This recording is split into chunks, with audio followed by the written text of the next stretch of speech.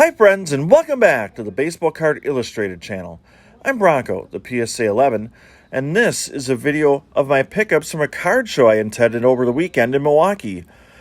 There wasn't a whole lot of things to show you from the show floor itself, so I'll get right to the good stuff of the cards I was able to pick up.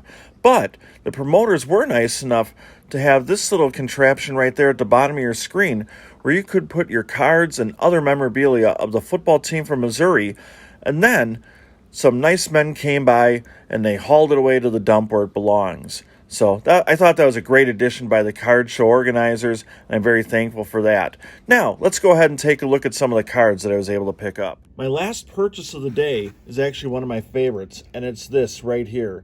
It's a box of hockey cards, 1991-92 Upper Deck, because Boxing Day is right around the corner, December 26th. A friend of mine who coaches one of the local hockey teams here in town is going to join me, and we're going to talk hockey. I'm going to provide some color, and he's going to provide some knowledge. I think it's going to be a lot of fun, so I'm looking forward to that. Now let's get to a stack of cards that I know a little bit about the players on instead of the NHL thing that's coming up in a couple weeks. So we've got the GOAT, John Elway. That's a card I didn't have in my collection already. Here's a Mark Mcguire rookie card, a rated rookie from Donruss. I got a couple of these Greg Maddoxes throughout the course of the day. You can actually see this one and have a chance to win it on Mystery Mondays here on the channel.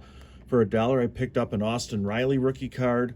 I'm always going to pick up a Randy Arozarena rookie card. I'm a big believer and a big fan of him. Harrison Bader's a guy that played in a wood bat league during the summer during his time in college, and he's now made it obviously up to the Cardinals organization of the big leagues. Here's a Robin Yount card that I didn't have, so I'm continuing to add to the Robin Yount PC. We got a Kyle Seager. Fans of the channel know that I'm a big fan of the channel Flying Dutchman cards, and he actually sent me a Kyle Seager bobblehead about a year ago that's part of my collection, so I'm pretty happy to have that, and I've been kind of PCing Kyle Seager ever since. We got a Chris Bryant card that may make its way over to Don't Talk to Robots, and if you haven't checked out the Advent giveaway, go over and check out Don't Talk to Robots, because you have a chance to win some great stuff there. Here's another Harrison Bader, and I'm trying to put together a little PC of him, and there's a Topps Gallery rookie card there. We got a Dansby Swanson. We got a Rhys Lightning. Not a huge fan of Rhys Hoskins per se, but I thought that was a pretty cool card, so I'll add Rhys Lightning for $1. We got Nick Castellanos. We got one of my favorite players right there, Todd Frazier. That's an autograph card. I don't think I've ever seen that one, and for $3 I was going to pick that one up. We got Jorge Alfaro, who's a guy that I had on my fantasy league team a few years ago. For $1, I was going to go ahead and invest in that. Easy Ed, one of my favorite Broncos of all time. I know he's listed on the Giants on this card, but Ed McCaffrey, anytime I can get an autograph of him for $4, and it is a certified autograph from Classic Company here. And I'll show you on the back. It says, congratulations, you received a limited edition Classic NFL Pro Line autographed card. I wasn't sure at first about that, but it's true. Here's Zach Granite, who plays for the Twins on this card. He's another guy that played for the local wood bat team one summer, along with Andrew Stevenson. So I'm adding to my Lakeshore Chinooks PC. We'll go on to the second of 3 stacks, and we'll lead it off with Kirby Puckett. I'm not sure the Twins former PA guy said it quite like that, but that was my best shot at it. A nice Fleer card here. We've got MV Free, Freddie Freeman from the world champion Braves. Here's a Ken Griffey Jr. card that I'm happy to add to my collection. That's a beauty right there. There's the GOAT, John Elway. Always looking to add to the collection I have of the GOAT cards I don't already have, and that's one of them. Here's a Chipper Jones card. That might look good in somebody's Christmas card giveaway. By the way, if you're a friend of the channel, leave your address on Mystery Mondays, because we keep those comments hidden if they have personal information, or your email address. I'll be in touch. I want to send out some Christmas cards to people. We're including a few cards as well. So let's get in on that fun and see what we can send your way. Maybe let me know your favorite team. Here's a guy I haven't talked a ton about, but one of my favorite players is Ronnie Lott. Just a very aggressive, determined guy, great hitter, someone I always talk about, the football players I coach and how I want them to approach a game and just dedication to their team and everything. Ronnie Lott right there on a 1985 design from Topps, and I should say 1984. That's right, because football used the same design here that baseball would use a little bit later on. We've got a Nolan Ryan card with Phil Niekro, 1977 strikeout leaders. We'll see a little bit of Nolan Ryan at the end of this video with a great pickup that I was able to add to my PC. There's a guy that I PC'd over the last year, Eddie Murray. There's a Ricky Henderson card from Fleer. Here's a really nice one that might be making its way to somebody in the card community, Ozzie Smith. Now check out this. I had to do a double take on this one. Obviously you see Frank Thomas, and it's a Donruss Signature Series. You're not probably going to be able to find a Frank Thomas autograph card for just $1. And when you look at the back here, you see the word sample on the back. So this is just kind of a prototype for what they would look like. But I figured for $1, that'd be kind of a unique collectible. So I picked that one up. If you watched Mystery Mondays, you'll notice on that video that I talked about this being the first card I bought at the card show, and I'm going to get to an autograph that I'm really happy to add to my collection. When I was at the National earlier this year, I kind of started on the fly a Sparky Anderson PC. I was always a fan of Sparky Anderson, the former manager of the Reds, as you see here, along with the Tigers, and now I got an autograph card, so I was really happy to see that available. And for 20 bucks, I may have paid a little bit too much, I don't know, but I was really happy to pick that one up. Here's a couple Juan Soto cards that I bought late in the card show. I think he might be a guy that's going to be on the rise over the next couple of years in terms of his rookie card value, even though the Nationals are probably going to struggle a little bit in the near term.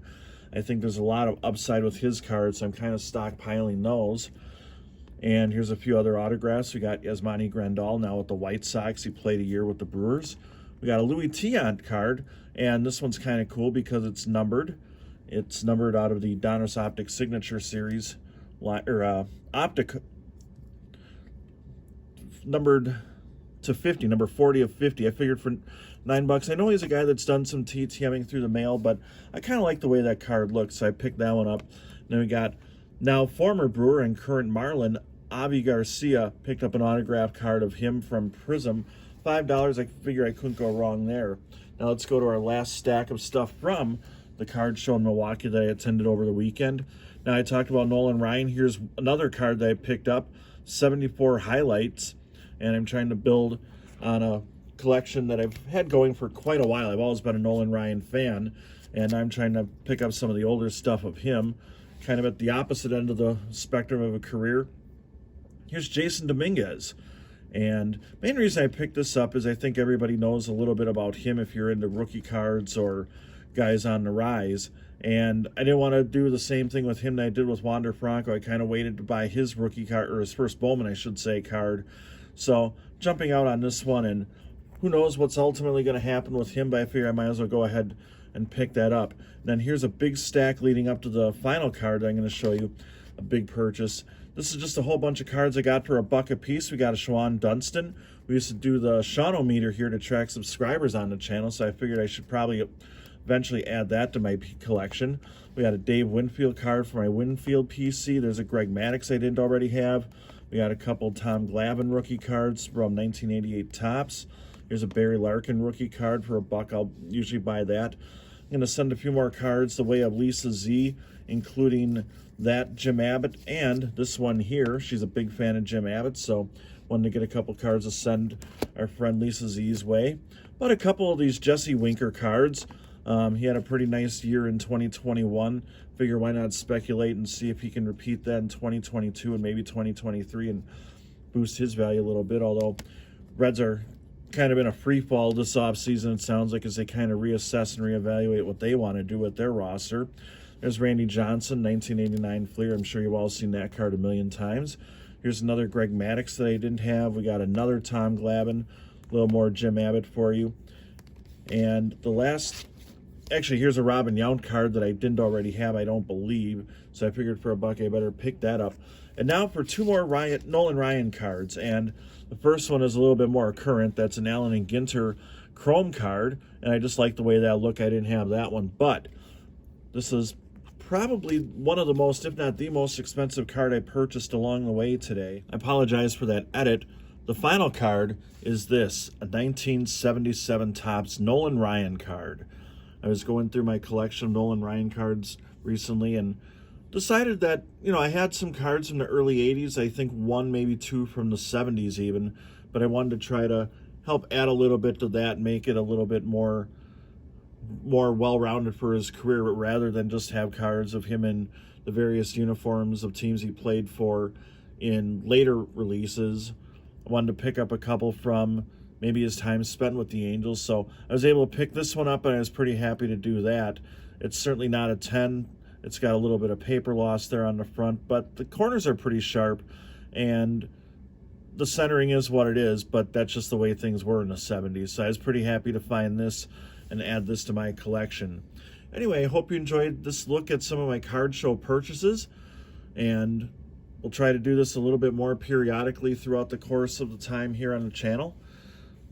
On behalf of Kevin the Diamond King, who's been locked out, along with Dylan the graphics guru, I'm just kidding, Kevin will be back soon. We got a whole bunch of fun stuff planned for the holidays and into January and even February, so it's going to be a lot of fun here on the channel. Hope you'll stay tuned. If you haven't already, go ahead and subscribe, and if you have, go ahead and hit a dinger.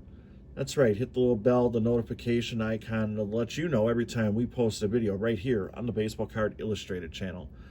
Anyway, I'm Bronko, the PSA 11. So long, everybody. You've been watching the Baseball Card Illustrated channel.